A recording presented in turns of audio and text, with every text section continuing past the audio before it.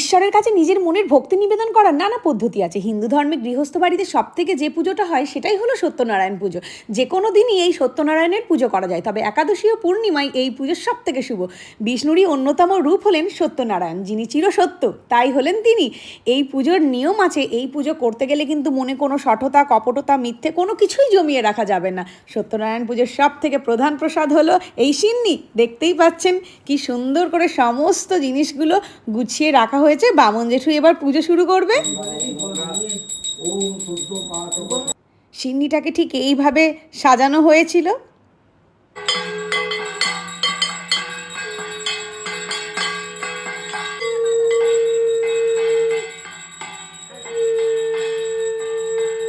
বিপ্লবলে দেয়া নকথা কাউ কাছে মনস্তাপে মরিতে বসেছি ওই পাশে কলি।